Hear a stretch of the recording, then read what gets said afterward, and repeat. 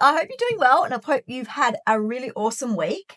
Today I'm going to dive into one of my favourite colouring supplies, which is Derwent Inktense Pencils.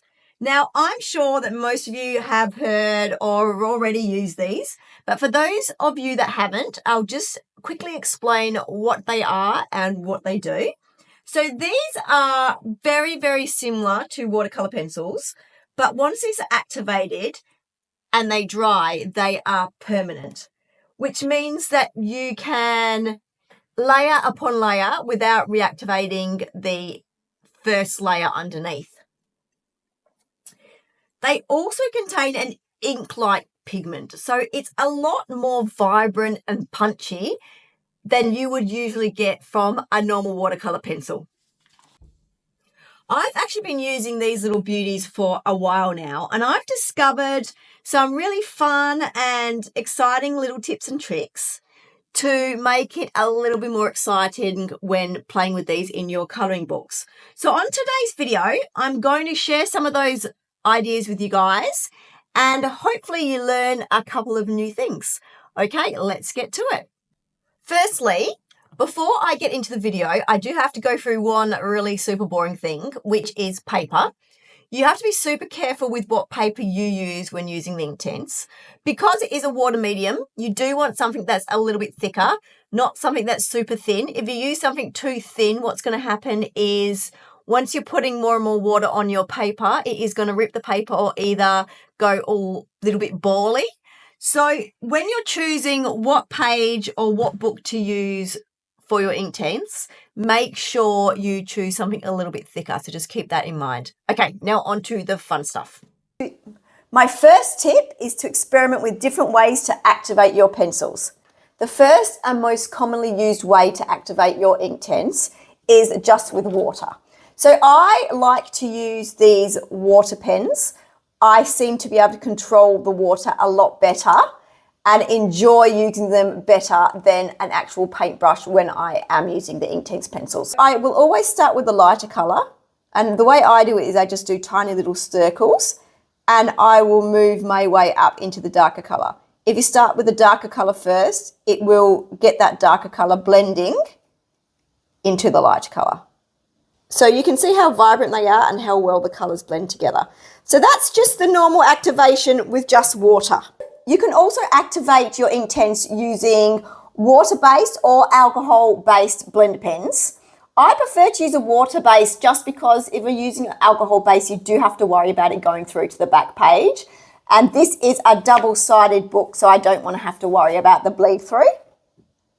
This is a really great idea when you want to get really precise little areas. So if I have a big area and I want to just get into the little area here, I'll do the whole thing with a water brush.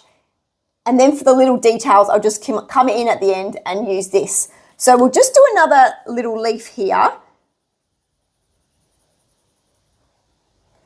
And exactly the same applies with this. Start off with your lighter colour and go into your dark.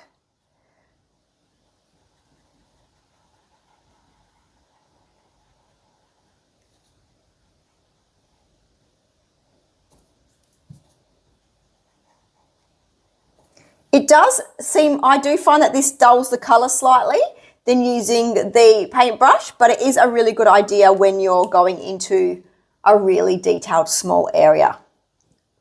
I also like to use my actual coloured water-based markers to blend out colours. This is a really, really good way to create really beautiful gradients. So just for example, just on the same leaf, I'll show you. So you would just fill out the top and then just get your water-based marker. This time you need to start from the darker colour down moving this. So you just start with the top like you would a paintbrush and then pull it down and you'll see how the gradient works. That's a bit difficult to see because it's not a lot of space. I just show you on this piece of paper here so we can see it better. I feel like we can't really see it very well. This is not the best paper. But just so you can see it blending out a little bit better,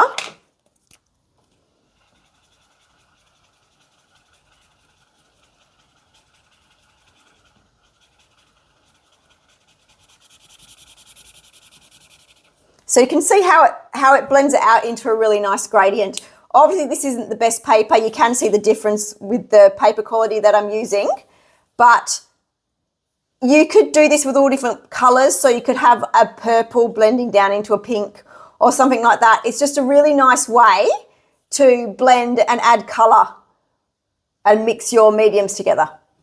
Another way to activate Inktense is with gesso. What I do is I'll add a little bit of water with some gesso, and then I'll find whatever colour that I have used, it will mute it a lot, but make it quite opaque. So I'll show you what I mean. We'll just do a little bit here on this one here. So I'm just activating one colour here. I'm not doing a gradient, but you'll be able to see what I mean about, I'll activate one with water, the same colour, and then I'll activate one with gesso, and you'll be able to see the difference that it makes by adding the gesso.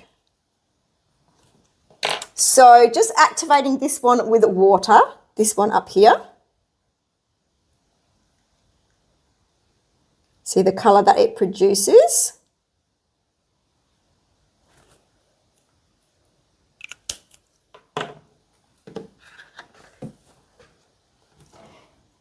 And then what I'll do here is I'll just add a little bit of gesso onto this palette.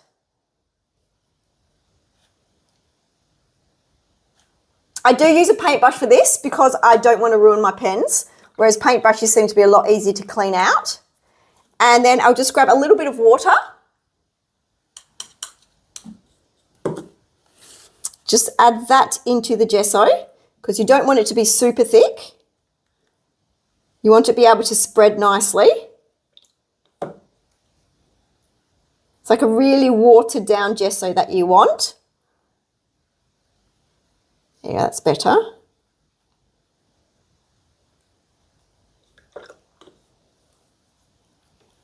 Just pick a little bit of that up and we'll just use that here.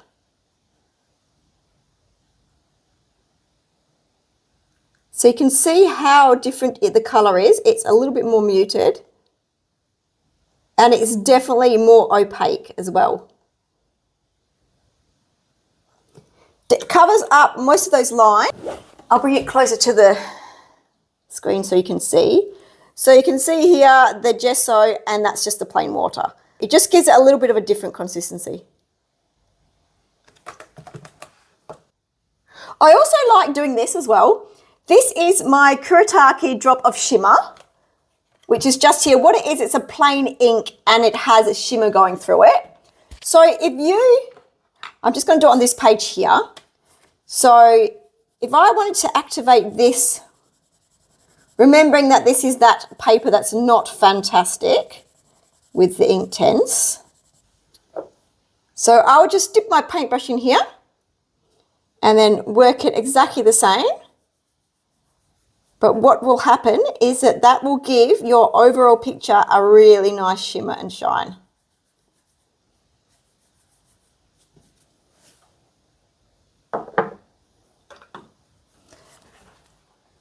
So if you can see how shiny it is, but it has actually activated that Inktense. So that's just a little bit extra. That could be really good if you were doing a dress, or maybe if you were doing like a big river or a big lake, and you could get that shine in actually mixed in with the colour. So you could come up with so many different ways to activate your Inktense. I'm sure there's heaps of different ways you could do it. You just really need a water-based product or a product with liquid in it that will dissolve the pigment. Another thing I like to do with my Inktense is to create splatters. It does only create little tiny splatters when I do it this way, but you'll see what I mean. So I'll just do an area here with my lighter colour, which is the teal green. I'll quickly activate it, and then I've just got this here, which is just a sandpaper stump that I got when I got my blending stumps. It's basically just to sharpen them, but I use that for this sometimes. So if I activate this quickly, keep that water wet, and then I just use this and I will sand on top of it what will happen is little tiny dots will come down. And when they dry, they look like this. So it's just to make a little tiny little pattern, which is sometimes really nice if you want to add some texture to something. The other way you can make splatters is just simply wet your paintbrush and then colour on the end of here and then just use it this way. And you can get some splatters on your page just like that. So it works both ways. The other way is a little bit more controlled if you want to be able to control it in really small areas. But this way is great if you want to add a little bit of texture onto your background. The other thing I love to do with Inktense is play with the different intensities you can get. So with Inktense, you can get a super light wash right up to a really, really, really dark line. So I'll show you the way I do that. So I'd say that this page is ruined now, so I'm just going to keep going on this page. If you want to start with a light wash, you just get, I've just got a plate here because I'm too lazy to go and get my palette. But if you just colour your Inktense onto a plate, get your paintbrush and some water. Just put enough water on there to make a really light wash. It's more like a watercolour wash. And then you can just use that on your page. So you can use that as a form of basing your whole page. Also to do backgrounds. And also just to base certain areas of your page which you're planning on going over with pencil at the end. Just like we base with neocolours or watercolour. If you want to get a more intense look to your Inktense, the best way to do that is actually use your Inktense wet. So if I just go in like this, it's a lot more intense than laying it down, then going over the top. This is a great way to add extra colour on top of something as well. So if I was wanting to make this image here a little bit more shadowy here, I could just come in and paint it on there after the fact.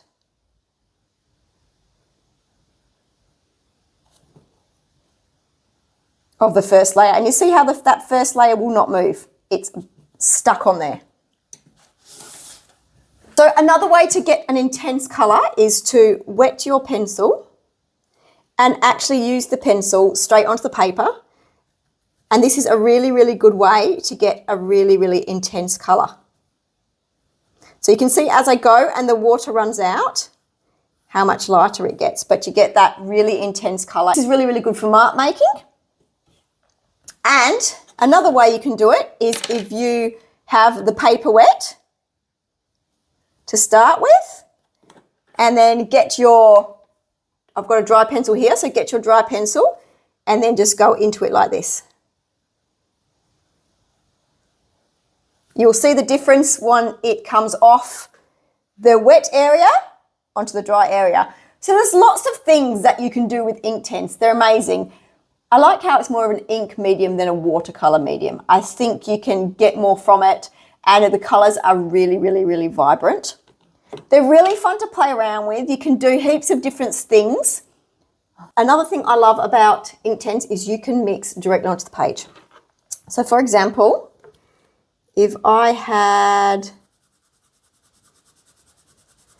this here, and then I wanted to mix that, or just make it a little bit lighter, I could pop the white Inktense over the top of it. And if I activate both, you will see the difference.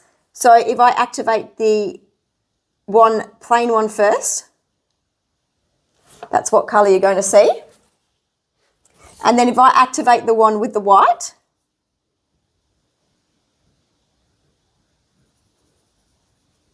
you will notice that there is a little bit of change in the colour there. So I'll do something that's a little bit more obvious. So we will mix a red with yellow and see if we can get more of an orangey colour.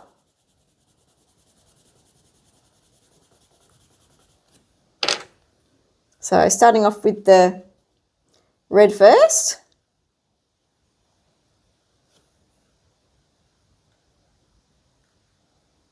and then onto this one here.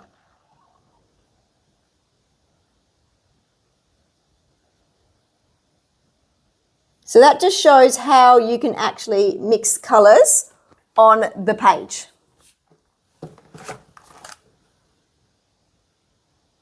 And if you didn't want to mix colours on the page, you could always mix colours on a palette like I was doing before. So if you would just put your red, it's basically just using them like watercolours when you're doing it this way. Red and then yellow. And then get your paintbrush and just mix them in. You can make whatever colour you want. So there you go, a light wash of an orangey colour. Another great tip when you're colouring with Inktense is if you want to make a really nice gradient that just fades, if you just start at the top,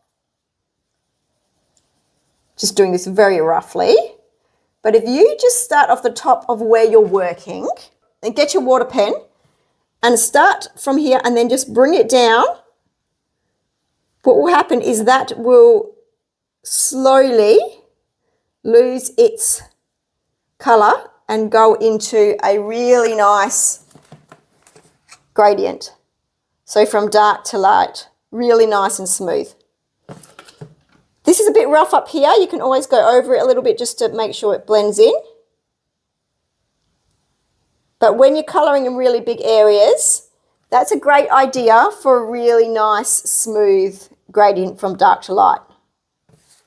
So there you have it. There is all my ways that I enjoy using Inktense. Sorry, the video was a little bit all over the place. My mind was jumping from here to there today.